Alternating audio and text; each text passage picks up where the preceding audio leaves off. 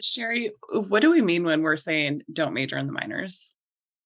Elise, I love that term because it makes me think of when we have clients come to us and they're like, hey, capital raising is slowing and we need, this tiny thing done. Like we need a new email, we need a flyer, we need a banner ad.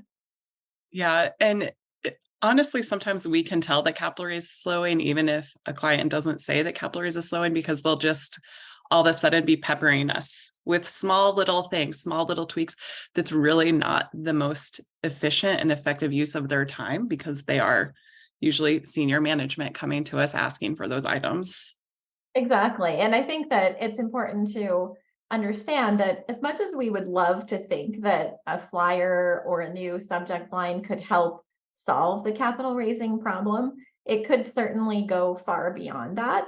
And, like, for example, we had a client recently who realized they were at a competitive disadvantage, so they increased their yield. So it's not focusing on the tiny things. It's also thinking about the bigger picture and what can be done to help with capital raising. And it may go beyond marketing.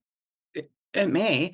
And I think actually, even though it may not be marketing specific, one of the things that we can be helpful with is taking a look at the big picture with them and giving them some ideas because even though clients know their competition, we like to think that we know the competition in the industry pretty well too, and what we're seeing and the conversations that we're having. And we might be able to add some value in a short hour conversation on how to help them kick up their capital raise and what big tweaks they could look for and how maybe their strategy could be slightly adjusted to help with Mhm. that.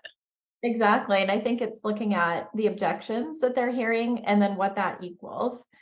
So like Elise said, if you need help looking at your product and how capital raising is going for you and what's happening out there in the industry and even advisor sentiment about your asset class or your product, we'd be happy to help you take a look at it.